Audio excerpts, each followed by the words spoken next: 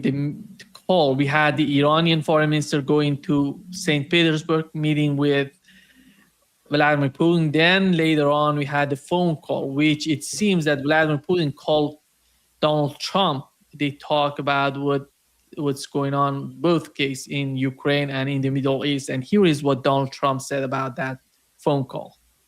The progress in the space area, and what else did you talk about? I didn't talk about space, no. I talked about Ukraine, and I talked a little bit about Iran. I talked about a few different subjects, mostly about Ukraine, and we had a very good conversation. I think we're going to come up with a solution relatively quickly, I hope. What does he want? I think he'd like to see a solution, I can tell you, and that's good. He told me he'd like to be involved with the enrichment if he can help us get it. I said I'd much rather have you be involved with ending the war with Ukraine. To me, that would be more important because we're gonna have that. Look, Ukraine militarily they're defeated. Okay. Yeah. Patrick, what is, in your opinion, what does Donald Trump want from Russia and what Russia wants from the United States in both conflicts in Ukraine and in the Middle East? And how did you find the call? We don't know. Nobody's talking about it. I have seen a briefing on Russian website, the Kremlin website, and there is nothing in that briefing that shows what was the real objectives of that call. Your understanding of that? One most important question, Nima, is who initiated the call? Who initiated the call? Was it Russia or was it the United States? Similar question, who initiated the ceasefire with Iran on April 6th or April 8th? Not sure what the date was, but was that Iran or was that the United States? I think the answer to both of those questions is the same. It's the United States. So it's very important who initiated the call.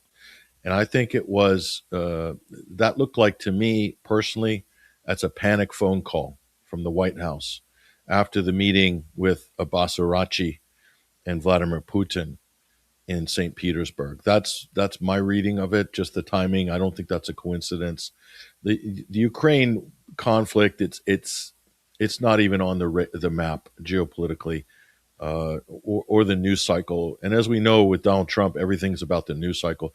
I'm sure he'd like to get a win in Ukraine or something he could take credit for, ending the war after not ending the war for the last 14, 15, going on 15 months very shortly. So I'm sure he would like that.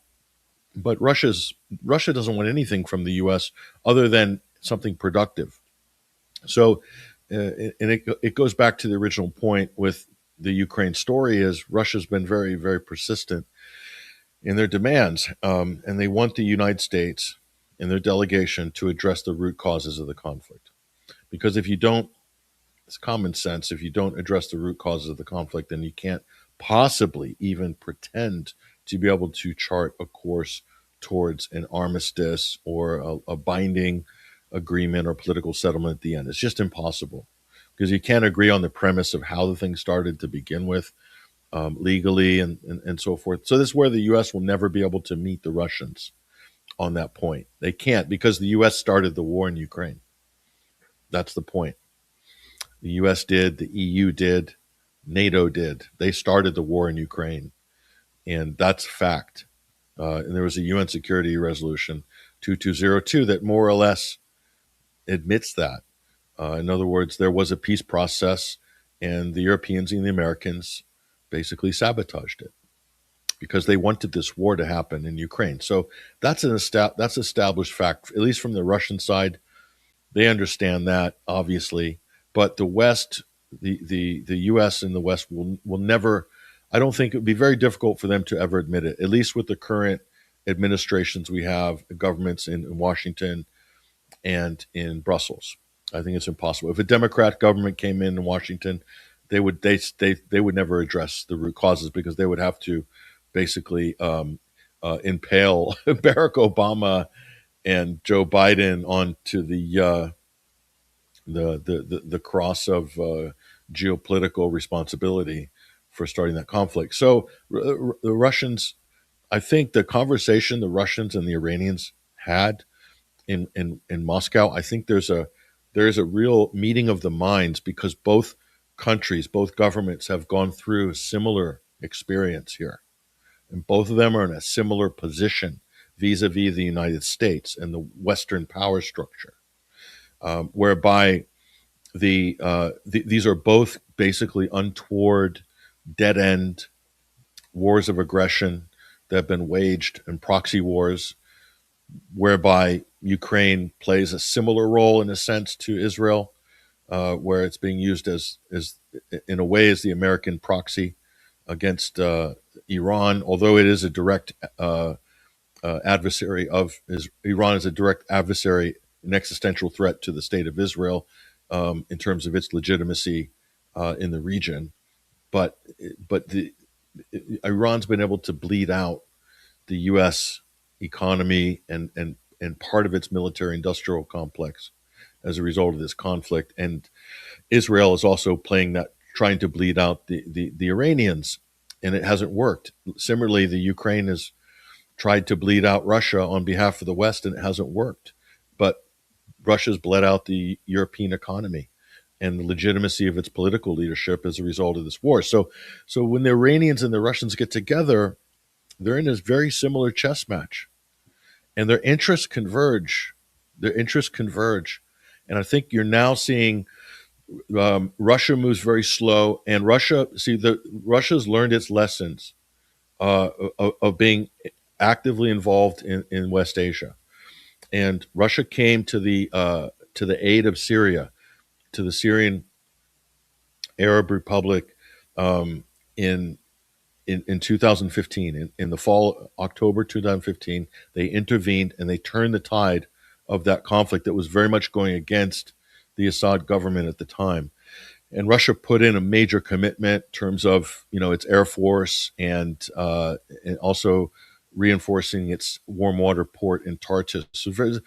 And geopolitically, the war on terror from the Russia standpoint, they could see that was a really important battle to fight, that they could wipe out a lot of the terrorist forces there, help Syria, and that would weaken those same Western-backed terror forces that are a threat to the Russian underbelly in the Caucasus, aside from preserving its geopolitical positioning at Tartus. Okay, so you could see, but the problem was, the reason this wasn't successful in the long term is because the Syrian army collapsed. The state of Syria collapsed, and it collapsed under sanctions. It collapsed under just general destabilization of a dirty war that was waged against Syria for like 12 or 13 years running.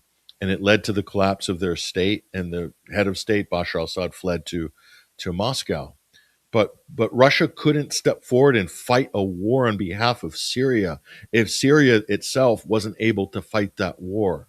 And it couldn't economically prop up Syria, although it tried to make inroads into that direction over the course of decades because of internal politics in Syria. Syria has its own corruption. Syria is also basically vulnerable to all sorts of subterfuge from both the U.S. and Israel, especially in its weakened state. So all of that converged to see the collapse in the Syrian Arab army and the Syrian government and the state. Russia can't fight that war that against all of these forces, HTS, Turkey, NATO, Israel, on behalf of Damascus, if Damascus can't take the lead. So Damascus' sovereignty was massively eroded because of sanctions, Caesar sanctions, and repeated airstrikes by the Israelis over a decade of airstrikes. So that was the lesson of Syria for Russia. Now you have the Iranian delegation arriving in Russia, and what you're seeing there is Vladimir Putin is looking at the Iranians saying, you're fighting this war now. You're still standing. You've defended your sovereignty. You have withstood sanctions. It's a different country. Iran's much stronger, much more resilient. 47 years of sanctions and threats and attacks and so forth. So this is a very different conversation. So now Russia's probably in a better position, a more confident position to aid Iran in certain ways. And one of those ways, I'm sure, is on intelligence, also satellite data. Very, very important. Very, very important, especially with the new range of hypersonic missiles, which much of which I don't believe Iran has unveiled all of its battlefield technology. And, and this is what I'm going to say to people, Nima. And I had they say close to firsthand knowledge of this when I was in Tehran, and a member of the missile program was speaking to journalists, and I was there present.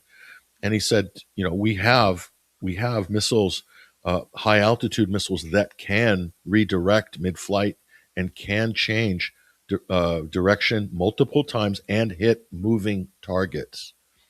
So I'm sure he was referring to naval vessels in that sense. So in the age of AI, that is just basically, Nima, a question of data.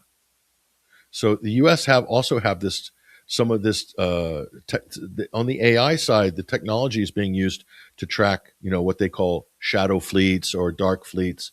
The U.S. is using this. It's combining radar, AIS data, transponder data, and other positioning. And what it does synthesizes all of this various data to predict the estimated time of arrival of a naval vessel, its heading speed, its positioning, all of that, weather, all of that comes in, and it can predict movement up to 95% probability. So this data, it's just a question of accumulating enough data to be able to profile U.S. destroyers and aircraft carriers. And the longer they sit and loiter in the Arabian Sea and the Indian Ocean, it does give the Iranians a lot more time to analyze and to prepare. And it's just at that point a software issue in terms of guidance and targeting. And with 95% probability, which the U.S. have these, they use the same systems for different things that they do militarily, mainly for piracy at the moment. But Iran doesn't have a big clunky navy that they're moving around the planet.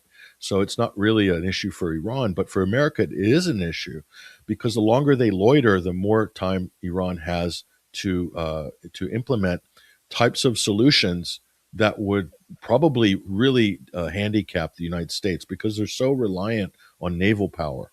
And in terms of, there's no more staging other than Ben Gurion Airport, Cyprus, and a couple of other, Djibouti, and maybe a base in Saudi, which is also problematic for the Saudis, obviously. There's not a lot in terms of staging and support from the U.S. because Iran has wiped out a lot of those bases and those ability for those bases to function as military facilities.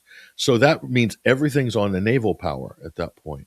So a couple of clues. One is that we had 3 carrier strike groups in the region last week. As of the end of last week, the USS Gerald Ford was positioned in the northern Red Sea, and to me that was very likely that would have been twofold functions. One would be threefold actually, would be possibly to provide interceptor defense to protect Saudi's port at Yanbu from the east-west petrol line that bypasses the Persian Gulf, and that's the Saudi lifeline, basically economically, with the Straits of Hormuz closed. So it would provide that plus defend Israel against incoming from Iran. So it was positioned to provide protection for that, and also for Houthi from Yemen. The Houthis using missiles to target the Aliyat port, for instance, or other targets in Israel. They would be in an ideal position to intercept. So, and then you had the USS George H.W. Bush coming, I believe, around the Cape of Good Hope in South Africa, trying to avoid the Bab el-Mandeb Strait. So it's in position, as well as I believe the USS Abraham Lincoln, I think, is the 3rd carrier strike group, and that's on the edge of the Arabian Sea and the Indian Ocean. So there's 3. Now there's only 2. The USS Gerald Ford was recalled this weekend, or early this week, back to Norfolk, Virginia. So, and these would be used as relays, these carrier groups. You've got air refueling for missions. You've got planes that might take off from one carrier and land on another. There's a lot of moving parts because this operation's getting more sophisticated because the United States does not have the facilities it did before in terms of mounting these attacks. So I would say their margin of error militarily is much less, and also their strike window would also be less. So you're looking at a 2-week campaign whereby they would probably have to, expend what they can in terms of standoff munitions in the first week, and they still have to leave reserves for other theaters and for contingency, so they can't use everything. So I would estimate that would be like maybe a week, 2 max, but then they'd have to go into airstrikes after that, and because their idea is they would take out the remainder of Iran's air defense capabilities and then move in closer with fighter strikes with Israel, and that would be glide bombs and overflights, direct overflights, and so forth. So, but we're still talking about a short campaign. We're talking about a hammer blow, as the White House would call it, 2 weeks. So, and that kind of coincides with the CENTCOM briefing reports that we see, Nima. This is what the president's been briefed on exactly. But the withdrawal of the Gerald Ford to me is slightly problematic potentially. I'm not sure how they would replace that or if they would replace that. So I'm worried about that uh, as terms of this attack, whether that's even feasible from that point of view. So end result, Nima, we can talk about the ins and outs of this. It's a hell of a poker gamble for Trump, and politically, that this is it. The longer they wait, the attack could happen, Nima, today or tomorrow or Saturday or Sunday, after the markets close, before the markets open on Monday. But still a huge political gamble. But the longer the delay, the more unsavory this becomes in America, because right now you're seeing a barrage of reports in America about poor economic performance. GDP numbers have come in way, way below expectation, 2%. And this quarter's will be even lower than 2%, but that won't be reported until the end of next month or the beginning of June. And you're going to see this inevitable downward trajectory of the U.S. economy in the run up to the midterm. So for Trump, there's limited opportunity here. In the best, I would say, the best they can achieve here is they're not going to reopen the Straits of Hormuz. I mean, they could try, but that would come at a huge cost, one way or another. It would come at a huge cost militarily if it didn't go perfectly correct. So there's not a lot in terms of potential benefits here, like clear victories. I mean, you could declare a Pyrrhic victory, destroying Iran's infrastructure, destroying the civilian. But that Pyrrhic victory, as King Pyrrhus learned in 280 BC, comes at a massive cost, which is that the more Pyrrhic victories you achieve, the worse your reputation and standing becomes, and you become weaker strategically. And that was the lesson of all many millennia ago, and this is still the lesson today with the Trump administration. So, but this administration in the U.S. would be happy with a Pyrrhic victory, declare victory somehow, no peace agreement, and just keep the war burning in the background. And U.S. and Israel would reserve the option to strike at any time in the future, as and when they decided to reinvigorate this conflict or not. Depends. But the problem, Nima, with all of this is there's no way you'll get any kind of agreement for any kind of a deal or any kind of peace treaty with this U.S. administration. It's impossible. In the political climate, there will be no sanctions relief or anything like that from any U.S. government, Democrat or Republican, unless there's some major political crisis in America, and there's some major destabilization event politically in America, then the politics might open up enough to say, let's just bring an end to this conflict with Iran. But if that doesn't happen, then sanctions relief, they could still play the uranium enrichment card. Putin, of course, he's always available. Russia's always available. So that's a reset to the JCPOA, with Russia being the guarantor. But Trump's whole sales pitch is, I have to get a better deal than Obama had. So the JCPOA won't cut it. A redux of the JCPOA won't be enough for Trump to be able to claim that his deal is better than the deal that he yanked. in his first term. So the U.S. and this Trump administration have painted themselves into the worst possible corner. That there is really no way out. They're too far into this. They've invested way too much political capital and economic capital internationally and domestically. It's been a massive failure. This operation, politically, geopolitically, from an imperial point of view, Nima, the U.S.'s reputation has just gone. They're chained to Israel, and that Titanic is going to the bottom, and the U.S. unfortunately is going with them because of this conflict. So the more pain you see in Europe, the more pain, economic pain in America and in Southeast Asia. The whole world is going to blame the U.S. and Israel for this. So that's inescapable. So, rescuing it with some gallant military operation that will last 2 weeks, is that, I mean, is that the best card? Is that the best hand they play? Trump says, I have all the cards. Constantly saying, we've got all the, they have no cards. They have cards, but Trump's got a pair of sevens, which will become a pair of jokers in 2 weeks. And Iran just can sit back. And they're not playing poker. Iran's not playing poker. They're playing chess, and they're playing a long-term game because for them it's an existential issue. But the U.S. doesn't realize it. They don't think it's an existential issue, but in the Pyrrhic victory sense, it is an existential issue for the United States. And I think the die is cast already. No matter, even if they brought it to a close today, signed some miracle deal, Trump sort of, the clouds parted and, Jesus Trump came down from the sky in his doctor's robe. It's too late. You're going to get hyperinflationary forces that are just unavoidable at this point. That's going to push right into 2027. No, there's no way around it, and it's cataclysmic. And even if it ended now, and that's what I don't think the media quite get that in America. I don't think the White House quite understands that. I think there's some magic Adam Smith invisible resilient hand that's going to catch America while it's falling here. But the experts are all basically the markets, the oil markets for starters, and the inflation rates. It's not looking good. You're seeing a contraction. There's a lot of panic in Washington, especially this administration is trying to blame a lot of this on the Fed. If they're not, because the Fed wants to raise interest rates to try to slow down these inflationary pressures.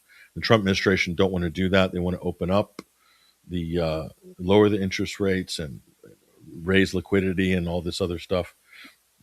But it's something's got to give. They're not going to be able to manage this. I'm half thinking this administration is going to attempt some kind of a massive bailout as a reaction to, and it could come in different forms. We already saw the U.S. is proposing a bailout for the UAE. So it's like we need to bail out our allies in the Persian Gulf. The UAE is withdrawing from OPEC as well. So that's an interesting development. So, those price stabilization mechanisms in terms of the global oil market, that's kind of been thrown up in the air if the UAE withdraw from OPEC.